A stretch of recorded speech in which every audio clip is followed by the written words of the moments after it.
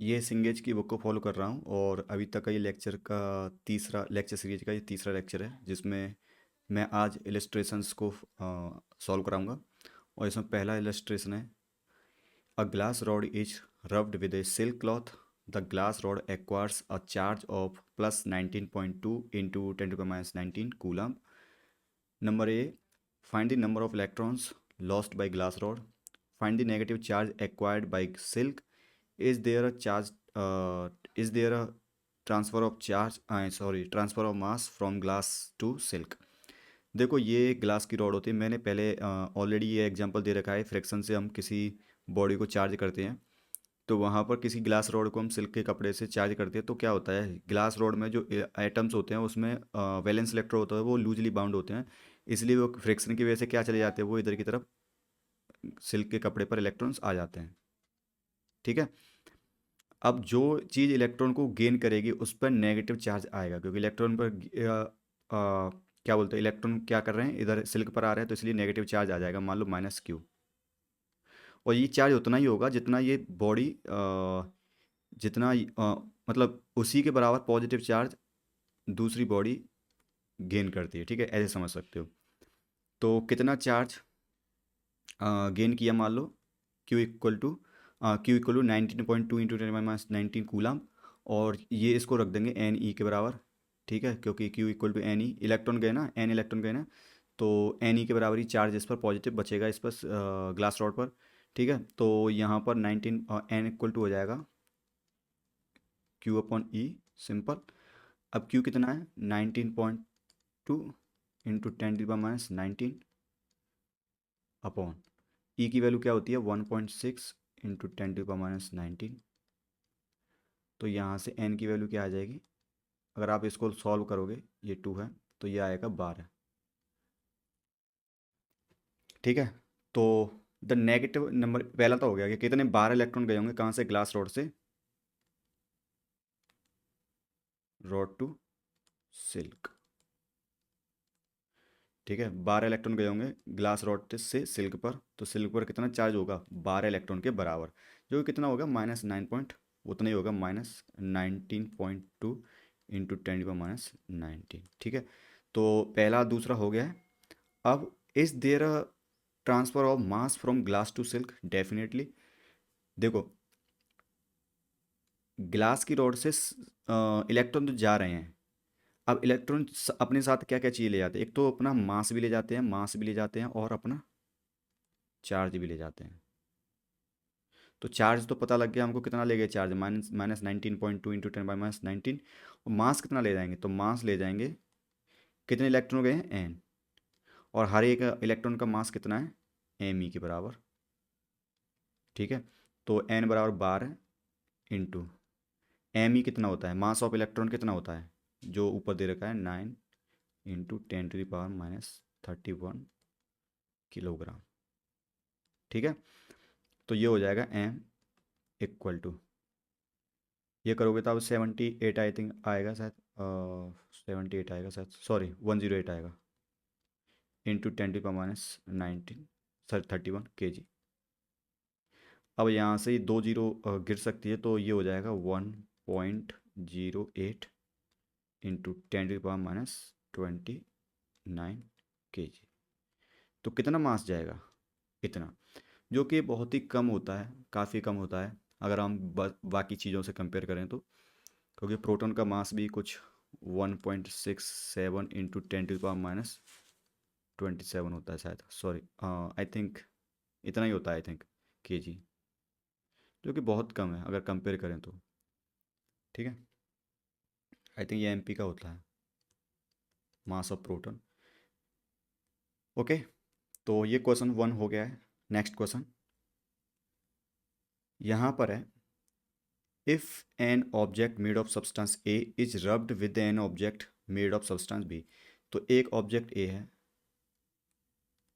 एक object B है, ये दोनों को वो किया, रब किया है, then A becomes negative charge. ठीक है, A क्या हो जाता है, जब A और B को रब करते हैं तो क्या हो जाता है, नेगेटिव चार्ज हो जाता है। ठीक है, A क्या हो जाता है, नेगेटिव चार्ज, नेगेटिव हो जाता है, -Q। ठीक है, और A become A become positive charge, sorry sorry sorry, positive charge. ठीक है, तो बी तो नेगेटिव हो जाएगा क्योंकि एक पॉजिटिव होगा घिसने पर एक दूसरे से फ्रैक्शन करने की वजह से, तो बी कितना हो जाएगा, नेगेटिव चार्ज हो जाएगा। इसका मतलब क्या है कि ए से इलेक्ट्रॉन गए होंगे, कहाँ से गए होंगे, ए से इलेक्ट्रॉन गए होंगे। ठीक है, इलेक्ट्रॉन कहाँ से गए होंगे, ए से इलेक्ट्रॉन गए होंगे, क्योंकि ए पॉजिटिव हुआ ना तो अपने इलेक्ट्रॉन इसने बी को दिए होंगे। इसका मतलब क्या है कि एफ ए में इलेक्ट्रॉन पर जो फोर्स लगने वाला होगा वो कम होगा एफ बी में इलेक्ट्रॉन पर लगने वाला फोर्स। समझ में आया? जो वैलेंस वाली सेल होती है, वैलेंस वाली ऑर्बिट होती है, उसमें जो इलेक्ट्रॉन पर फोर्स लगता है वो ए में कम लग रहा होगा, तभी तो इलेक्ट्रॉन आसानी से निकल गए। ठीक है, तो ये समझ में आएगा? तो अगर जिसका फोर्स ज़्यादा होगा उसी की तरफ इलेक्ट्रॉन जाते हैं, जिसमें फोर्स कम होगा उसकी तरफ से इलेक्ट्रॉन जाते हैं, क्योंकि वो इलेक्ट्रॉन दे देगा, क्योंकि उसमें वो टाइट बाउंड नहीं होते हैं इलेक्ट्रॉन्स। ठीक है, तो ए में लूजली बाउंड इलेक्ट्रॉन थे, किसकी वजह, किसकी कंपेरिजन में, बी में। अब उसने क्या किया, if however an object made of substance A is rubbed against an object made of substance C. अब उसने फिर से किया, अब उसने ए को कोई सी के कंपेरिजन में फ्रिक्शन मतलब रब किया, मान लो ए और सी को रब किया। ठीक है, ठीक है, देन वो बोल रहा है ए बिकम नेगेटिव चार्ज, तो बोल रहा है कि ए अब क्या करता है, अब ए नेगेटिव चार्ज हो जाता है। अब क्या होता है, ए नेगेटिवली चार्ज हो जाता है, और अगर ए नेगेटिव चार्ज होता है तो सी पॉजिटिव चार्ज होगा, सी क्या हो जाएगा, प्लस क्यू। ठीक है, क्यू प्राइम मान लेते हैं, क्यू प्राइम। ठीक है, अब क्या बोलोगे आप, अब बोलोगे कि ए पर इलेक्ट्रॉन आए हैं, इसका मतलब ये है force on electron in A ज़्यादा होगा force on electron in B. समझ में आ गया? इसका मतलब है, ये देखो इसका मैं बता देता हूँ, ये एफ ई क्या मतलब क्या है। फोर्स मतलब समझ लो, देखो फोर्स ऑन वैलेंस इलेक्ट्रॉन, जो बाहरी ऑर्बिट में इलेक्ट्रॉन घूम रहे हो ना, उन पर फोर्स कम होगा, ज़्यादा होगा ए में, ए वाले मेटल में या ए वाले सब्सटेंस में ज़्यादा होगा। ठीक है, अब उसने क्या किया, what will happen if an object made of substance B is rubbed against an object made of substance B. अब उसने बोला है कि बी को और सी को, दोनों को एक दूसरे के साथ रब करो, तब क्या होगा, क्या बी पॉजिटिव होगा या सी पॉजिटिव होगा, या बी नेगेटिव होगा या सी नेगेटिव होगा, तो यही बताना है। तो आप इस चीज़ को अगर ध्यान से देखो, सॉरी सॉरी, ये सी होगा, ये सी होगा। ठीक है, अब इस चीज़ को ध्यान से देखोगे आप, तो यहाँ एफ ए ज़्यादा है सी से, एफ में फोर्स ज़्यादा है सी से, लेकिन बी में फोर्स ज़्यादा है एफ ए से। तो ये कुछ इस तरह से बन जाएगा, यानी कि एफ ए में फोर्स ज़्यादा है एफ सी से, मतलब इलेक्ट्रॉन पर लगने वाला फोर्स एफ ए में ज़्यादा है, और एफ ए से भी ज़्यादा बी में, तो बी कहाँ पर आएगा, यहाँ पर आएगा। ठीक है, ये मैंने कॉन्सेप्ट कराया था जब मैंने फ्रिक्शन से किसी बॉडी को चार्ज कराया था, तो ये चार्जिंग ऑफ बॉडी वाला क्वेश्चन है, और एक ये लेक्चर 01 में कराया था, लेक्चर 02 सॉरी, लेक्चर 02 में कराया था, आप उसको देख लेना अगर आपको यहाँ समझ में नहीं आया। ठीक है, तो अब इस चीज़ को, लिस्ट को देखो ध्यान ध्यान से, तो एफ बी में फोर्स ज़्यादा लगेगा एफ एफ ए के कंपैरिजन में, एफ ए में, और मतलब दोनों के कंपैरिजन, तो बी में फोर्स ज़्यादा लग रहा होगा, तो इसका मतलब क्या है कि एफ बी, इसका मतलब ये है एफ बी इलेक्ट्रॉन में फोर्स ज़्यादा लग रहा होगा एफ सी वाले इलेक्ट्रॉन से। इसका मतलब ये है कि बी और सी को अगर रब करेंगे तो बी क्या हो जाएगा, नेगेटिवली चार्ज होगा। ठीक है, जिसमें फोर्स ज़्यादा लग रहा होगा वो नेगेटिव चार्ज हो जाएगा। ठीक है, तो बी क्या होगा, बी हो जाएगा नेगेटिव चार्ज, और सी क्या होगा, पॉजिटिव चार्ज। सिंपल। ओके, समझ में आया? आई थिंक ये बहुत ही इजी क्वेश्चन है और आप आसानी से समझ सकते हो इसको। नेक्स्ट क्वेश्चन है, objects A B and C are three identical insulated spherical conductors. Insulated मतलब ये एक दूसरे से अभी टच नहीं है। ठीक है, और आइडेंटिकल कंडक्टर्स हैं। ठीक है, originally A B and C have, sorry, A and B have charges of +3 micro millicoulomb, whereas C has charge of -6 millicoulomb. ठीक है, objects A and C are touched, ठीक है, and move apart. Objects B and C are touched before they are moved apart, ठीक है। पहले ए and सी को touch करते हैं और उनको अलग रख देते हैं, फिर बाद में बी और सी को मूव कर टच करते हैं, फिर उनको अलग रख देते हैं। अब बोलता है if object A and B are now held near each other they will, क्या वो करेंगे, वो अट्रैक्ट करेंगे या रिपेल करेंगे, वो डिपेंड करेगा उन पर चार्ज किस तरह से है, तो वही निकालेंगे मैं। शुरुआत में तो चार्ज इन पर ऐसे था कि +3, यहाँ पर देखो आप +3 ए पर था और +3 मिली कूलाम बी पर था, और यहाँ पर सी पर -6 मिली कूलाम था, ठीक है। लेकिन बाद में ये एक दूसरे से टच करने के बाद में चार्ज डिफरेंट हो जाएंगे, उसकी वजह से ए और बी को पास में लाएंगे, क्या वो अट्रैक्ट करेंगे या रिपेल करेंगे, वो डिपेंड करेगा कि दोनों पर किस तरह से चार्जेस हैं। अगर पॉजिटिव होगा दोनों पर तो वो सेम चार्जेस होंगे दोनों पर, तो वो अट्रैक्ट रिपेल करेंगे। अगर ए पर पॉजिटिव है, बी पर नेगेटिव या अपोजिट चार्ज होगा दोनों पर, तो वो क्या करेंगे, एक दूसरे को रिपेल करेंगे, ठीक है। If object A and C are held, sorry, attract करेंगे, अगर दोनों पर डिफरेंट चार्ज हुआ तो अट्रैक्ट करेंगे। If objects A and C are held near each other, तो वो सेम क्वेश्चन है, ठीक है। पहले बोल रहा है कि ए और सी को एक दूसरे से टच किया। अब देखो यहाँ पर आइडेंटिकल जब वो होता है ना, आइडेंटिकल जब ऑब्जेक्ट्स होते हैं, सेम साइज के ऑब्जेक्ट्स होते हैं, तो दोनों पर चार्ज हमेशा जोड़ दो और डिवाइड कर दो, ठीक है। तो ए पर दोनों को जोड़ो पहले, तो जैसे Q1 इधर Q1 है, इधर Q2 है और इधर Q3 है, ठीक है। तो ए और सी को दोनों को एक दूसरे से टच किया, उसके बाद अलग कर दिया, तो दोनों पर चार्ज कितना हो जाएगा, ए पर चार्ज कितना हो जाएगा, Q1 और Q3 दोनों को जोड़ दो तो +3 coulomb micro milli coulomb and -6 milli coulomb, दोनों को जोड़ देंगे तो -3 मिली कूलम हो जाएगा, ठीक है, दोनों को ऐड करने के बाद। और रुको चलो थोड़ा सा लिख ही देता हूँ सी, ठीक है। दोनों को पहले क्या किया, दोनों को ऐड किया, Q1 + Q2 करेंगे तो ये -3 मिली कूलम हो जाएगा, ठीक है। लेकिन दोनों पर आधा आधा जाएगा, कितना जाएगा, आधा आधा, ठीक है। तो इस तरह से जाएगा। और फिर क्या किया उसने, फिर क्या किया कि बी और सी को दोनों को टच किया, फिर अलग किया। अब बी और सी को टच करेंगे तो कितना हो जाएगा, Q2 प्लस बाद में कितना हो गया इस पर और सी पर। अब ये वाला सी, ठीक है, ठीक है, ये वाला सी, अब बी पुराना वाला ही और नया वाला सी इस वाले चार्ज को, मतलब इसको अब टच करेंगे, ठीक है, इसको इससे टच करेंगे, ठीक है। तो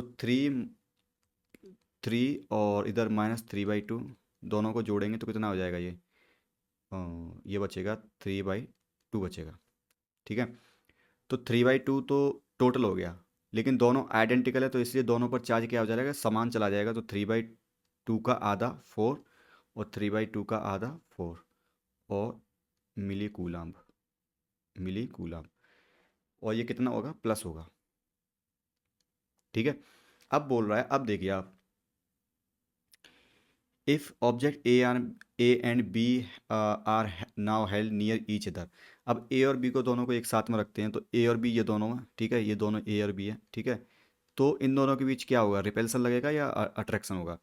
तो ये -3/2, मतलब यहाँ पर नेगेटिव चार्ज है ए पर और बी पर क्या पॉजिटिव चार्ज है, तो ये क्या होगा, अट्रैक्शन लगेगा। पहले का क्या है, अट्रैक्शन,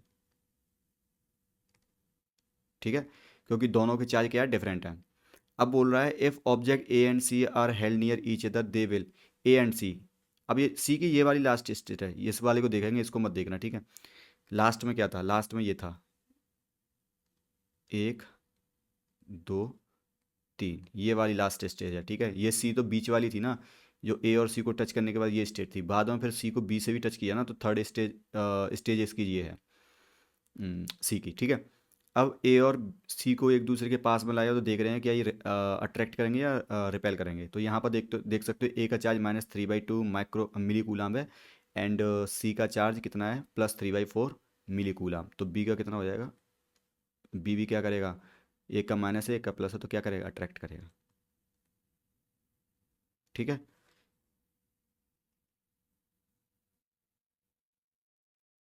नेक्स्ट क्वेश्चन है इलस्ट्रेशन 1.4, पहले चैप्टर का 4th एग्जाम्पल। तो ये बोला है figure shows that a positive charged rod is brought near two uncharged metal spheres A and B. Positively charge rod लेके आते हैं, ठीक है, पॉजिटिव चार्ज रॉड क्या लेके आते हैं, पॉजिटिव चार्ज, तो ये प्लस वाली रॉड लेके आते हैं। ए एंड बी दो अनचार्ज मेटल स्फीयर्स है, ए एंड बी, ठीक है, और दोनों side I think same type के होंगे, ठीक है। ए and be claimed on insulate, ये क्या है, इंसुलेटेड है, ये क्या है, ये ए और मतलब ये वाला पार्ट है जो जो इसका, ये क्या है, इंसुलेटेड है, ठीक है, insulated stands and placed in in contact with each other, तो दोनों एक दूसरे से चिपके हुए हैं और इनके पास एक प्लस चार्ज वाली रॉड लेके आ रहे हैं, ठीक है। अब देखते हैं what would happen if the rod is removed before the spheres are separated, ये अच्छा क्वेश्चन है। व्हाट वुड हैपन, अब देखो जैसे यहाँ पर ये रॉड लेके आई है वाली, तो ये यहाँ पर क्या आ जाएंगे, नेगेटिव चार्ज आ जाएंगे, ठीक है। तो ये रॉड है और ये बी है, टच कर देता हूँ, ठीक है, ए बी, तो बी पर ये पॉजिटिव चार्ज रॉड लेके आया इसके पास, तो यहाँ पर देखो ये न्यूट्रल एटम होंगे दोनों, मतलब न्यूट्रल ऑब्जेक्ट्स होंगे दोनों की, ठीक है, तो एक दूसरे से चिपके हुए हैं, तो नेगेटिव चार्ज कहाँ आ जाएगा, यहाँ पर, इसका भी नेगेटिव चार्ज, बी का भी नेगेटिव चार्ज और ए का नेगेटिव चार्ज इसके सरफेस पर आ जाएगा, यहाँ पर सबसे क्लोज में यहाँ पर आ जाएगा, और पॉजिटिव चार्ज कहाँ भागेंगे, बिल्कुल दूर, दूर भागना चाहेंगे, ठीक ऐसे समझ सकते हो, ठीक है। तो इस तरह से हो जाएगी सिचुएशन। अब बोला what would happen if the rod is removed before the spheres are separated, अगर हम इसको स्पीयर को सेपरेट ना करते हुए रॉड को हटा देते हैं, रॉड को हटा देते हैं, अगर इन दोनों को सेपरेट ना करते हुए, ठीक है, अभी टच है, तो क्या होगा, रॉड हट गई, यहाँ पर नेगेटिव चार्ज होगा, सारे नेगेटिव चार्ज होगा, तो वो नेगेटिव चार्ज क्या होगा, नेगेटिव चार्ज इनकी तरफ जाएगा, पॉजिटिव चार्ज की तरफ, और इस तरह से ये क्या करेंगे, न्यूट्रलाइज कर देंगे, क्या कर देंगे जी, न्यूट्रलाइज कर देंगे एक दूसरे को, फिर से क्या हो जाएंगे, जीरो चार्ज, ठीक है, दोनों पर कोई भी चार्ज नेट नहीं रहेगा। अभी यहाँ के सरफेस पर नेगेटिव चार्ज है, यहाँ के सरफेस पर पॉजिटिव चार्ज है, दोनों इस रॉड को हटा देंगे, क्योंकि इस रॉड की वजह से ही ये यहाँ पर नेगेटिव चार्ज आया है ना, और यहाँ पर पॉजिटिव चार्ज बाद में बचा, तो इस रॉड को हटाते ही वो क्या करेंगे, एक दूसरे के ऊपर अटैक कर देंगे, क्योंकि नेगेटिव चार्ज पॉजिटिव के पास जाना चाहेगा, और इस तरह से, ठीक है। यहाँ पर रॉड की वजह से क्या था कि पॉजिटिव चार्ज की तरफ नेगेटिव इलेक्ट्रॉन्स अट्रैक्ट हुए, और जो पॉजिटिव चार्ज होंगे वो इस पॉजिटिव चार्ज से, इस रॉड वाले पॉजिटिव चार्ज से भाग रहे होंगे, तो वो इधर की तरफ आ गए, ठीक है। लेकिन जैसे ही रॉड उठी तो ये एक दूसरे के साथ फिर अट्रैक्ट करने लगेंगे एक दूसरे को, और सब न्यूट्रलाइज कर देंगे, ठीक है। तो पहला तो ये है कि दोनों क्या हो जाएंगे, अनचार्ज हो जाएंगे, क्या हो जाएंगे, ए का आंसर क्या है, uncharged, A and B will be uncharged, uncharge. B, would the induced charge be equal in magnitude even if the spheres had different sizes or different conductors? I think yes। देखिए, मान लीजिए यहाँ पर charge शुरुआत में charge कितना था, ये वाले स्फीयर है, तो शुरुआत में क्यू क्यू क्यू, इधर देखो दोनों पर चार्ज कितना था टोटल, क्यू इनिशियल कितना था, जीरो, दोनों पर, क्योंकि अनचार्ज थे ना दोनों, तो शुरुआत में क्यू इनिशियल कितना था, जीरो, बाद में इन दोनों को अलग अलग कर दिया, मान लो डिफरेंट साइज हो भी जाए ये, तो मान लो इस पर Q1, इस ऑब्जेक्ट पर Q1 होता है, और इस ऑब्जेक्ट पर इधर की तरफ Q प्लस होता है, ठीक है, ठीक है, मान लो Q1 प्राइम, प्राइम हटाओ, इसको हटा दो, छोड़ो, हाँ, इस पर Q1 नेगेटिव चार्ज होता है और इस पर Q2 प्लस चार्ज होता है, तो according to conservation of charge, according to conservation of charge QI कितना होना चाहिए, QF, ठीक है। तो यहाँ पर मान लो माइनस क्यू है, माइनस बोल देना पहले से ही, तो इधर चार्ज कितना होगा, क्यू आई कितना है, जीरो, क्यू एफ कितना हो जाएगा, -Q1 प्लस Q2, ठीक है, इधर पॉजिटिव चार्ज Q2 है और इधर माइनस माइनस चार्ज है Q1, ठीक है। तो हम यहाँ से कह सकते हैं Q1 को बराबर होना चाहिए Q2 के, ठीक है, दोनों पर चार्ज बराबर होना चाहिए। यहाँ पर माइनस मैंने पहले से ही ले लिया, इसलिए आपको ऐसा लग रहा हो कि Q1 तो Q2 के बराबर है, दोनों सेम चार्ज है। नहीं, दोनों सेम चार्ज नहीं है। इस पर चार्ज जो है वो माइनस Q1 है। Q1 से यहाँ से वैल्यू, ये तो मैग्नीट्यूड आएगा, ठीक है, लेकिन उसका नेगेटिव वैल्यू मैंने ऑलरेडी ले रखा है, ठीक है। तो आप कन्फ्यूज मत होना यहाँ से, ठीक है। तो Q1 कितना होगा, Q2 के बराबर होगा, और दोनों पर चार्ज कैसा होगा, माइनस, मतलब अपोजिट। तो एक पे प्लस होगा, एक पे नेगेटिव होगा, लेकिन दोनों क्या रहेंगे, बराबर रहेंगे। जैसे एक पे मान लो प्लस क्यू और दूसरे पे माइनस क्यू। बेशक उनके साइज कैसे भी हो, कैसे भी ये साइज के हो, तो भी यही रूल फॉलो होगा। मान लो ये ए बड़ा है, ए साइज में बड़ा है, और ये बी साइज में छोटा है, ठीक है। यहाँ पर पॉजिटिव चार्ज ऐसे आएगा, और यहाँ पर नेगेटिव चार्ज इस तरह से आ जाएगा मान लो, तो भी यही सेम होगा। मतलब दोनों पर ये, यहाँ पर जो Q1 आएगा, यहाँ पर Q2 आएगा, दोनों सेम होंगे और अपोजिट साइन वाले होंगे। तो ये माइनस है तो इसलिए माइनस क्यू, और ये पॉजिटिव क्यू, इस तरह से, ठीक है। ठीक है, ये इस चीज़ से कन्फ्यूज मत होना कि सर यहाँ तो आप बोल रहे हो कि चार्ज साइज पे डिपेंड नहीं कर रहा है, यहाँ पर दोनों चार्ज सेम आ रहे हैं, साइज पे डिपेंड नहीं कर रहा है, वो अलग चीज़ थी। वो उस वाले में था कि पहले से दोनों पर चार्ज, कंडक्शन वाला मेथड था वो। कंडक्शन वाला मतलब एक दूसरे में चार्ज ट्रांसफ़र होने वाला था वो। यहाँ पर कंडक्शन वाला नहीं चल रहा है, ठीक है। यहाँ पर ये चल रहा है कि इसकी वजह से, मतलब इसकी वजह से जो इस रॉड की वजह से यहाँ पर जो इंड्यूस हुआ है चार्ज, वो उसके बारे में चल रहा है यहाँ पर, ठीक है। ये मतलब ना कि कंडक्शन में जैसे चार्ज डिपेंड करता है साइज पर, यहाँ भी करना चाहिए, ऐसा नहीं है यहाँ पर, ठीक है। नंबर सी है, what will happen if the charges are separated first. What would happen if the sorry if the spheres are separated first? Number C, what will happen if the spheres are separated first and then rod is removed far away? तो अगर rod को मैं अभी rod को मतलब यहाँ से ले जाता नहीं हूँ, ठीक है, तो क्या होगा, यहाँ से मतलब रॉड को ले जाने से पहले हम क्या कर देते हैं कि इनको अलग कर देते हैं। क्योंकि चार्ज, देखो रॉड ले जाने से क्या हो रहा था, चार्ज यहाँ से ऐसे ट्रांसफ़र हो रहा था, ऐसे ट्रांसफ़र हो रहा था। अब मैंने क्या किया, रॉड को हटाया नहीं है, पहले ही इन दोनों को अलग कर दिया। तो दोनों को अलग करने के बाद क्या हो जाएगा, ए और बी अलग कर दिया।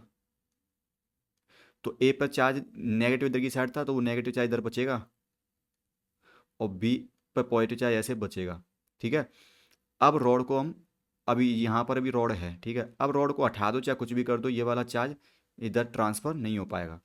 तो ए कितना हो जाएगा, ए नेगेटिव चार्ज था, ए पर नेगेटिव चार्ज हो जाएगा, और बी क्या हो जाएगा, पॉजिटिव चार्ज हो जाएगा। तो बी क्या हो जाएगा, ए नेगेटिव हो जाएगा, बी क्या हो जाएगा, पॉजिटिव, सिंपल।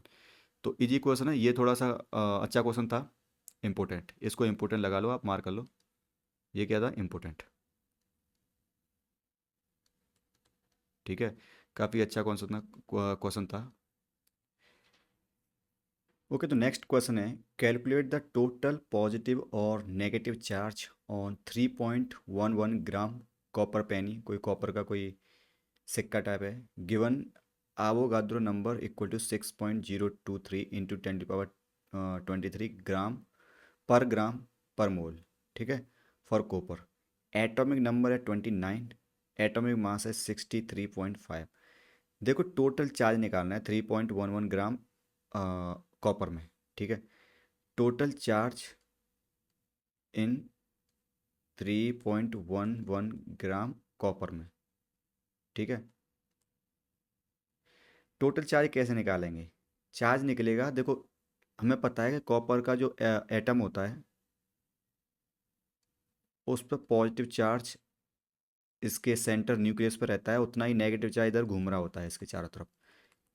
तो हमें एटम का पता है, एटम में इसके में 29 प्रोटॉन होते हैं। कितने होते हैं, 29 प्रोटॉन्स। एक एटम की बात कर रहा हूँ, ठीक है, एक एटम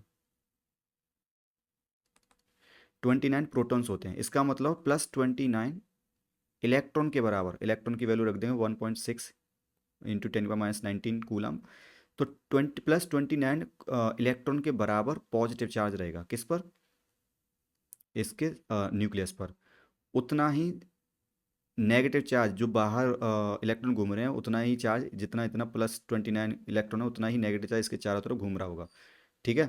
तो हमें ये वैल्यू निकालनी है। हमें एक इलेक्ट्रॉन का पता है, किसका, एक इलेक्ट्रॉन का, किसका है ये, एक इलेक्ट्रॉन का, सॉरी सॉरी सॉरी, एक एटम का पता है कितना होगा, प्लस 29 इलेक्ट्रॉन के बराबर, ठीक है। लेकिन हमें पूछना है, हमें पूछा है कि 3.11 ग्राम कॉपर में कितना हो, इतने ग्राम में। अब इतने ग्राम में हमें क्या निकालना पड़ेगा, पहले नंबर ऑफ एटम्स निकालने पड़ेंगे। क्या? Number of atoms. ठीक है, एक कॉपर का पता है, एक एटम का पता है हमें 29 इलेक्ट्रॉन के बराबर रहेगा, लेकिन 3.11 ग्राम कॉपर में कितने एटम्स होंगे, उन नंबर ऑफ एटम, इनको मैं बोल रहा हूँ मान लो स्मॉल एन।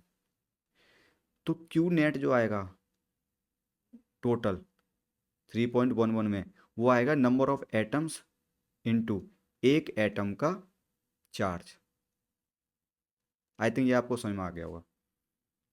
ठीक है, एक एटम में चार्ज कितना होता है, +29 इलेक्ट्रॉन, और नेगेटिव चार्ज कितना होता है, प्राइम मान लो, ये होता है -29 इलेक्ट्रॉन। ठीक है, तो ये हमको पता है, एक एटम का हमको पता है, लेकिन 3.1 ग्राम कॉपर में कितने एटम्स होंगे, उन एटम्स का टोटल मिला के कितना चार्ज होगा। ठीक है, तो वो ये है। अब निकालेंगे कैसे नंबर ऑफ एटम, कैसे कैसे निकालेंगे, तो एक फॉर्मूला होता है, mole equal to, number of mole equal to number of atoms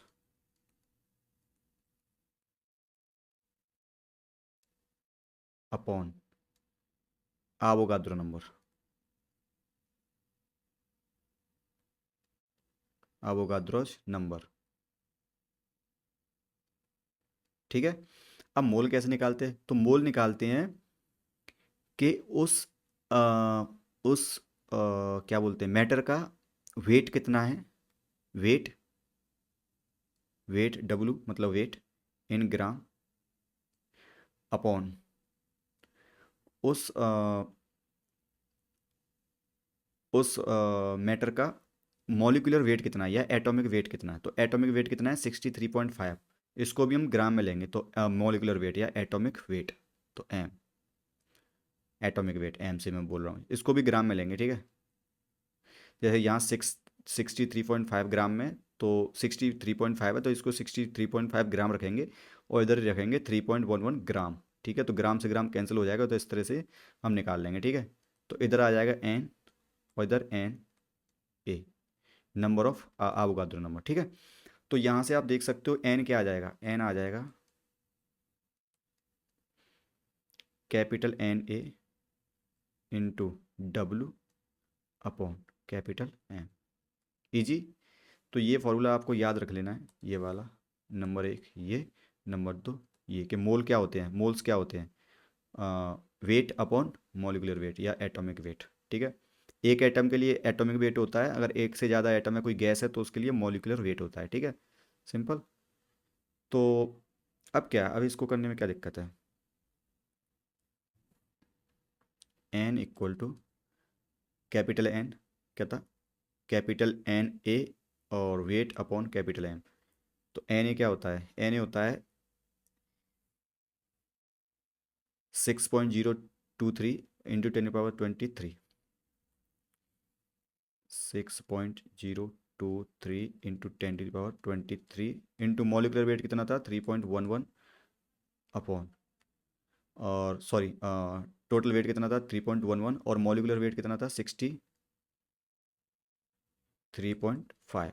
तो एन यहाँ से कितना आ जाएगा,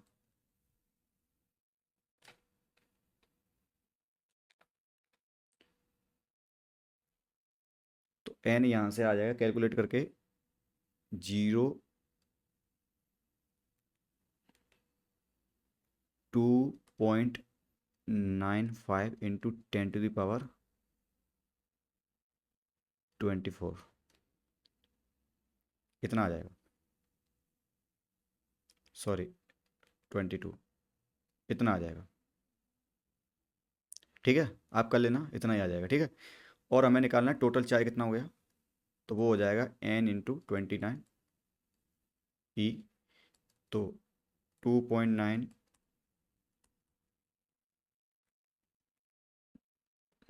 29 इंटू 1.6 इंटू 10⁻19। ठीक है, तो इतना पॉजिटिव चार्ज आप खुद कैलकुलेट करना, इतना पॉजिटिव चार्ज होगा उतना ही नेगेटिव चार्ज होगा, माइनस क्यू के बराबर। ठीक है, तो इस तरह से आप निकाल सकते हो, ये कूलम में आएगा। ठीक है, क्योंकि ये इसकी वैल्यू कूलम में 1.6 इंटू 10⁻19 कूलम। Next question. तो यह है next question, illustration 1.6। An electron and a proton initially separated by a distance d in air are release from rest simultaneously. तो एक प्रोटॉन है, ये प्रोटॉन है, और ये एक इलेक्ट्रॉन है, इलेक्ट्रॉन। ठीक है, तो दोनों पर चार्ज कितना होगा, एक पर प्लस ई चार्ज होगा, ये प्लस ई चार्ज होगा, और इस पर माइनस ई के बराबर चार्ज होगा। Simple. Distance D are release simultaneously. ठीक है, the two particles are free to move, और दोनों मतलब फ्री टू मूव है, बीच में कोई भी चीज़ नहीं है, मतलब बीच में कुछ नहीं है, एकदम वैक्यूम है। When they collide are they at the mid of the their initial separation, number दो। Closer to initial position of the proton, number three. Closer to initial position of electron. देखो देखो, इन दोनों पर फोर्स तो same लग रहा होगा, कितना लग रहा होगा, फोर्स सेम लग रहा होगा। मान लो अभी ये आई थिंक इस क्वेश्चन को यहाँ पर नहीं कराना चाहिए था, लेकिन फिर भी चलो करा देता हूँ, क्योंकि इसमें दे रखा है इलस्ट्रेशन में, क्योंकि इसको कूलाम लॉ के बाद कराना चाहिए। देखो फोर्स तो दोनों पर सेम होगा, सेम अमाउंट ऑफ फोर्स लग रहा होगा दो चार्ज पर। ठीक है, लेकिन अपोजिट डायरेक्शन में, इस पर इधर लग रहा होगा, इधर ही लग रहा होगा, तो दोनों एक दूसरे की तरफ आएंगे। ठीक है, लेकिन लेकिन मास ऑफ प्रोटॉन और मास ऑफ इलेक्ट्रॉन दोनों में डिफरेंस होगा। अब देखो ये फोर्स की वजह से ही एक्सीलरेटेड होगा। देखो हमने न्यूटन्स लॉ ऑफ मोशन में पढ़ा है, तो फोर्स की वजह से क्या होगा, ये एक्सीलरेटेड होगा। ठीक है, क्योंकि प्रोटॉन इसको खींच रहा होगा, सॉरी इलेक्ट्रॉन इसको खींच रहा होगा प्रोटॉन को, तो प्रोटॉन का एक्सीलरेशन कितना होगा, ए पी। कितना होगा, फोर्स अपॉन एम पी। ऐसे ही ए ऑफ इलेक्ट्रॉन कितना होगा, फोर्स अपॉन एम ई। ठीक है, तो आप इन दोनों को कंपेयर करके देख सकते हो। As you know, H we know, M P जो होता है ना, मास ऑफ प्रोटॉन होता है ना, बहुत बहुत ज़्यादा बड़ा होता है मास ऑफ इलेक्ट्रॉन से। तो इसका मतलब ये है कि ए पी कितना होगा, ए ई ज़्यादा होगा ए पी से। ऐसे कैसे, मतलब ए का एक्सलेशन ज़्यादा होगा इन कंपेरिजन टू प्रोटॉन।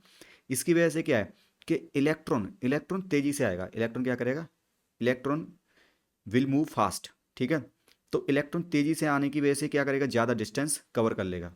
तो मान लो दोनों की डिस्टेंस डी थी, दोनों के बीच की डिस्टेंस क्या थी, डी। ठीक है, सॉरी यहाँ नहीं, दोनों के बीच की डिस्टेंस डी थी, और मान लो यहाँ टकरा रहे हैं, क्योंकि ये जल्दी कवर कर लेगा, ये थोड़ा स्लो आएगा, तो स्लो यहाँ पर पहुँचेगा। यहाँ पर मान लो पहुँच पा रहे हैं ये, तो ये मान लो एक्स डिस्टेंस है, और ये डी माइनस एक्स है। तो आप ऐसे बोल सकते हो, ऐसे एक्स वन एक्स टू बोल देते, छोड़ो, एक्स वन एक्स टू। तो एक्स टू ज़्यादा बड़ा होगा एक्स, या फिर एक्स एक्स ई ज़्यादा होगा एक्स पी से। मतलब पी के द्वारा कवर करी गई दूरी और इलेक्ट्रॉन की कवर करेगी दूरी।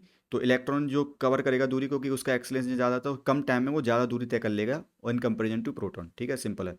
Eight the mid of the their initial position, मतलब कहाँ कोलाइड करेंगे, तो मिडल पे तो कर नहीं पाएंगे, क्योंकि इसका एक्सलेशन ज़्यादा ना है, प्रोटॉन इलेक्ट्रॉन का एक्सलेशन ज़्यादा है, तो ये ज़्यादा दूरी तय कर लेगा। तो मिडल, मान लो मिड वाला पॉइंट ये था, तो इससे ज़्यादा कर लेगा। ठीक है, तो ये एक्स ई हमेशा डी बाई टू से ज़्यादा होगा। ठीक है, तो पहला सही नहीं है, closer to the initial position of the proton. हाँ ये सही है, क्योंकि प्रोटॉन के पास में ही रहेगा, क्योंकि ये तो इलेक्ट्रॉन तो यहाँ तक आ गया होगा ना, डी को कवर कर लिया होगा, तो प्रोटॉन के नज़दीक आ जाएगा। ठीक है, तो बी सही है इसका। तो नेक्स्ट पढ़ेंगे हम कूलाम्स लॉ। इसको हम नेक्स्ट टॉपिक में, नेक्स्ट लेक्चर में कवर करेंगे।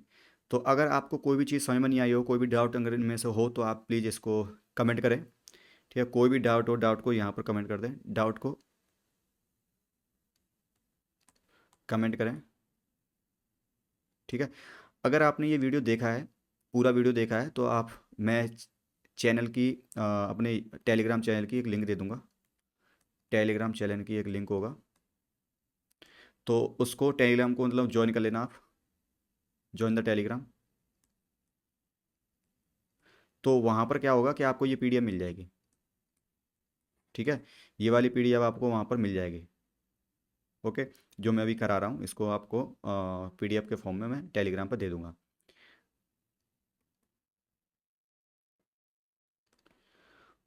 और मुझे कुछ बताएं, सजेशन दें, क्या मैं कर सकता हूँ आपके लिए। Thank you so much. Video को लाइक करें और चैनल को सब्सक्राइब जरूर कर देना और बेल आइकन दबा देना जो भी है, क्योंकि मैं जब भी लेटेस्ट वीडियो डालूंगा तो आपको तक जल्दी पहुंच जाएगी। ठीक है। और इस वीडियो को अपने फ्रेंड्स के साथ शेयर करें, उनको बहुत ही हेल्प होगी जो लोग पढ़ रहे हैं। ठीक है। Thank you so much. तो आज के लिए इतना ही था। नेक्स्ट नेक्स्ट चैप्टर पढ़ेंगे हम कूलाम्स लॉ के बारे में। Coulombs law.